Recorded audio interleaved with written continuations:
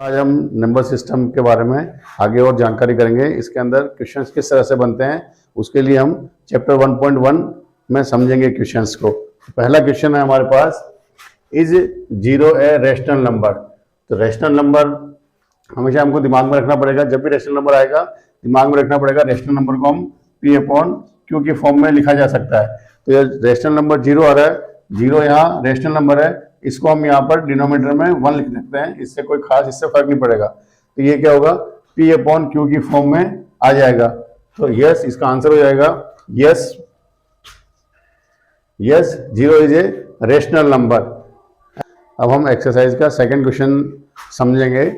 यहाँ second question है, find 6 rational number between 3 and 4। यहाँ 3 एंड 4 को हम रैशनल नंबर के रूप में लिखेंगे। तो इसके 3 के नीचे 1 लिख सकते हैं और 4 के नीचे भी 1 लिख सकते हैं डिनोमिनेटर में। अब हमको यहाँ पर 6 रैशनल नंबर पूछ रहा है, मालूम करना है। तो 6 रैशनल नंबर मालूम करना है तो इससे एक आगे बढ़ा करके न्यूमरेटर और डिनोमिनेटर में 7 से मल्टीप्लाई करेंगे। 7 divide by 7 is equal to, इसका आंसर आएगा 21/7। एंड यहाँ 4/1 को भी 7/7 से मल्टीप्लाई करेंगे, 28/7।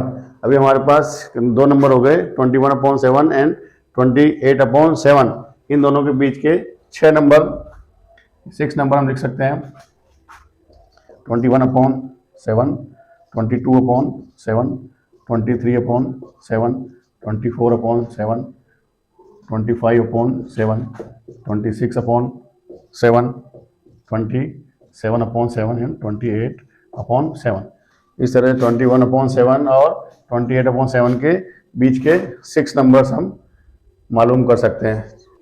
अब क्वेश्चन नंबर 3 हम समझेंगे। क्वेश्चन नंबर 3 हमारे को दिया हुआ, find 5 rational number between 3, 5 and 4/5। अब यहाँ पर डिनोमिनेटर दोनों में सेम है, इसके लिए वही प्रक्रिया अपनाएंगे, 3/5 एंड 4/5। इनके बीच में क्योंकि हमको 5 रैशनल नंबर निकालने हैं, इसलिए इसको हम एक नंबर बढ़ाकर 6/6 से मल्टीप्लाई करेंगे और इसको भी 6/6 से मल्टीप्लाई करेंगे। यहाँ ये 18/30 एंड ये बनेगा 24/30। तो इन दोनों के बीच के 5 नंबर हम आसानी से लिख सकते हैं। 19/30, 20/30, 21/30, 22/30, 23/30। ये 5 रैशनल नंबर हम निकाल सकते हैं। अब इसी क्वेश्चन में हमारे एक्सरसाइज के अंदर क्वेश्चन यहाँ एक सेम डिनोमिनेटर का दे रखा है, लेकिन एग्जाम पॉइंट ऑफ व्यू से यहाँ पर डिनोमिनेटर डिफरेंट भी आ सकते हैं। तो डिफरेंट डिनोमिनेटर का क्वेश्चंस मैंने मेरी पिछली वीडियो में समझाया है, तो मैं इस डिस्क्रिप्शन में लिंक दे दूंगा, जिसे आप उसमें देख करके अच्छी तरह से और समझ सकते हैं। नेक्स्ट 4th क्वेश्चन समझने के लिए हम क्वेश्चंस को देखेंगे। Questions, every natural number is a whole number, या every integer is a whole number, या every rational number is a whole number. इस तरह के क्वेश्चंस को समझने के लिए पहले हम यहाँ एक वेन डायग्राम बनाते हैं, जिससे अच्छी तरह से समझ पाएंगे। सर्कल में हम नेचुरल नंबर को लिखेंगे। नेचुरल मतलब 1, 2, 3 एंड सो ऑन। इसको हम दूसरे सर्कल में इंक्लूड करेंगे। दूसरा सर्कल हमारा होगा होल नंबर का।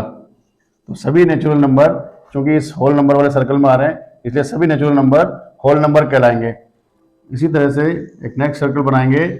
इन सब नेक्स्ट सर्कल में इंटीजर्स को रखेंगे। इसका मतलब ये है कि इसके इस पूरे सर्कल के अंदर हमारा होल नंबर का सर्कल भी आ रहा है और नेचुरल नंबर का सर्कल भी आ रहा है। तो सभी नेचुरल नंबर और सभी होल नंबर्स इंटीजर्स कहलाएंगे, और इन सबको हम रैशनल नंबर में शामिल करेंगे। रैशनल नंबर में शामिल करेंगे। इस वेन डायग्राम के आधार पर हम इन क्वेश्चंस को अच्छी तरह से समझ सकते हैं। पहला क्वेश्चन है हमारा, every natural number is a whole number. जब हम वेन डायग्राम में देखते हैं तो नेचुरल नंबर हमारा 1, 2, 3 है, जो होल नंबर में आ रहा है। यहाँ पर नेचुरल नंबर है 1, 2, 3 एंड सो ऑन, और होल नंबर होते हैं स्टार्ट 0 से होते हैं, 1, 2, 3 एंड 4। तो यहाँ जितने भी नेचुरल नंबर है 1, 2, 3, वो सभी हमारे इस होल नंबर में भी आ रहे हैं, 1, 2, 3, 4। तो इसका आंसर हो जाएगा yes, every natural number is a whole number. इसी तरह से हम क्वेश्चन सेकंड को समझेंगे।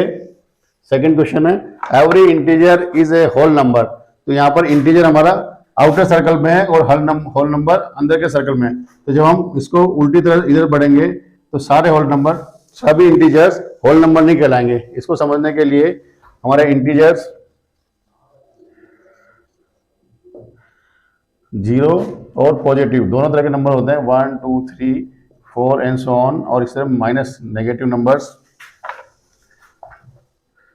-1 -2 एंड सो ऑन। तो जब हम -2 या -1 को देखते हैं और होल नंबर कहलाएंगे हमारे 0 1 2 3 4 एंड सो ऑन।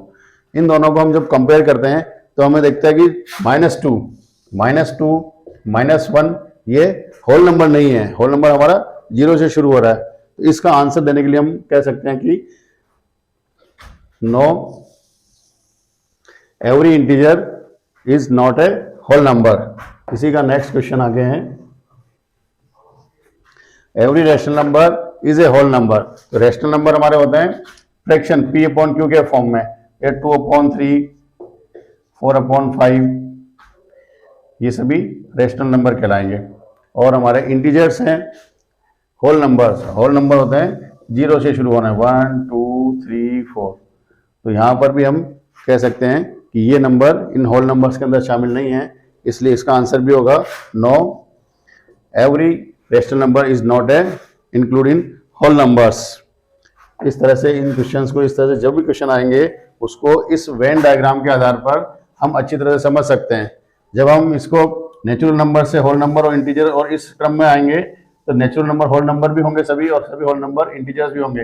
लेकिन जब क्रम हम उल्टा करेंगे इसका, तो सभी रेशनल नंबर इंटीजर्स नहीं कहलाएंगे, सभी इंटीजर्स होल नंबर नहीं कहलाएंगे, और सभी होल नंबर नेचुरल नंबर नहीं कहलाएंगे। इस वेन डायग्राम से हम इस नंबर सिस्टम को अच्छी तरह से समझ सकते हैं। हमने यहाँ पर एक्सरसाइज 1.1 कंप्लीट करी है। इसमें कोई भी आपका डाउट हो तो मुझे कमेंट सेक्शन में लिख करके बता सकते हैं।